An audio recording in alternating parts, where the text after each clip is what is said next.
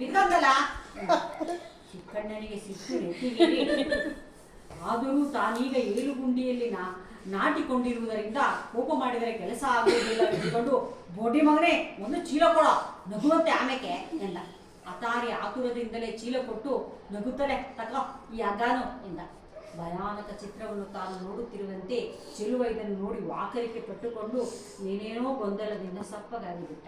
ಚಿಕ್ಕಣ್ಣನಿಗೆ ಈ ಅಸಾಧ್ಯ ವಾಸನೆಯಲ್ಲಿ, ಸಿಟ್ಟಿನಲ್ಲಿ, ಅವಮಾನದಲ್ಲಿ ಕುಡಿದಿದ್ದೆಲ್ಲ ವಾಂತಿಯಾಗಿ ನಿಶೆಯೆಲ್ಲ ಇಳಿದು ಹಲವಾರು ತರಹದ ಕೋಪಗಳು ಬೆಳೆಯತೊಡಗಿದವು. ಒಳಗೆ ಬಿದ್ದಿರುವ ಹಂದಿ ಕುಂಟಣದೇ ಎಂದು ತಿಳಿಯಲ್ಪಟ್ಟಿತು. ಇಷ್ಟರೊಳಗೆ ಚೆಲುವ ತನ್ನ ಅಪ್ಪನ ಹಣೆ ಬರಹ ಹೀಗಾಗಿದೆ ಎಂಬಂತೆ ತಾತನಿಗೆ ಹೋಗಿ ತಿಳಿಸಿದ. ಚಿಕ್ಕಣ್ಣನ ಅಪ್ಪ ಮುಂಜಾರೆಯ ಸಿಟ್ಟಿನಿಂದ ಬಂದು, ಹಿಂಗ್ ಮಾಡ್ರಪ್ಪ ಅಂತ ಹೇಳಿದೆ ನಾನು, ಮ್ಯಾಲೆ ನಿಂತ್ಕೊಂಡು ಉಪಾಯದಲೆ ಕೊಕ್ಕೆಲೆ ಕುಕ್ಕಿಗೆ ಹಗ್ಗ ಹಾಕದ್ದು ಮ್ಯಾಕೆತ್ತಿ ಅಂತಲೂ ಹೇಳಿದ್ದೆ. ರಾಮ ರಾಮ, ಯಾವ ಕರ್ಮ ಮಾಡಿದ್ರು ಪಾಪಿಗಳ, ಯಾರ್ಯಾರು ಏಳ್ಗುಂಡಿಗೆ ಬಿದ್ದು ಬಟ್ಟೆ ಬರೀ ಮೈಯೆಲ್ಲೂ ಏನ್ ಮಾಡ್ಕಂದರೆ, ನನ್ನ ಕಣ್ಣೆದ್ರೆ ನರಕ್ ಬಿದ್ದಲ್ಲೋ ನೀನು, ಏನ್ ಮಾಡಿಯೋ ನಿನ್ನ ಕರ್ಮ ಕದಪ್ಪ ಅಂತ ತಾನು ಹೇಳಿದಂತೆ ಮಾಡಿಲ್ಲ ಎಂದು ಮುಂಜಾನೆಯ ಬಯ್ಯತೊಡಗಿದ. ಚಿಕ್ಕಣ್ಣ ಹಂದಿಯನ್ನು ಚೀಲಕ್ಕೆ ಹಾಕಿ ಹಗ್ಗ ಬಿಗಿದು ಕಣ್ಣನ್ನು ಮಳ್ಳಿಸುತ್ತಿದ್ದ.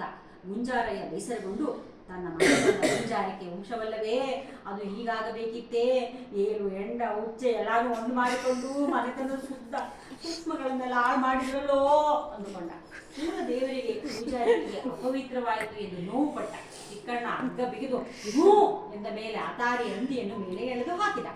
ಹಾಗೆಯೇ ಅತಾರಿ ಮಾತನಾಡಿ, ಬಾಯಿ ಪಟ್ಟು ಮ್ಯಾಕೆ ಹಗ್ಗವ ಬಿಗಿಯಾಗಿ ಹಿಡ್ಕಾತಕ್ಕೆ, ಆಮೇಲೆ ತಿರ್ಗಾ ತಳ್ಕಾಗ ಬಿದ್ದಿದೆಯ ಎಂದು ನಗಾಡಿದ. ಚಿಕ್ಕಣ್ಣನ ನಿಶೆಯೆಲ್ಲ ಮಂಗಮಾಯವಾಗಿತ್ತು. ಅವಮಾನಿತನಾಗಿ ಮೇಲೆ ಬಂದು ತನ್ನ ಸೊಂಟದ ತನಕ ರೊಚ್ಚು ನೀರು ಇಳಿಯುತ್ತಿರುವುದನ್ನು ಒಮ್ಮೆ ನೋಡಿಕೊಂಡು ಅತ್ಯಂತ ಸಿಟ್ಟಿನಿಂದ ಅಪ್ಪನ ಕಡೆ ಬಂದ. ಏನಂದೆ ನೀನು? ನಾನು ಕೇಳಿದ್ರೆ ನನ್ನ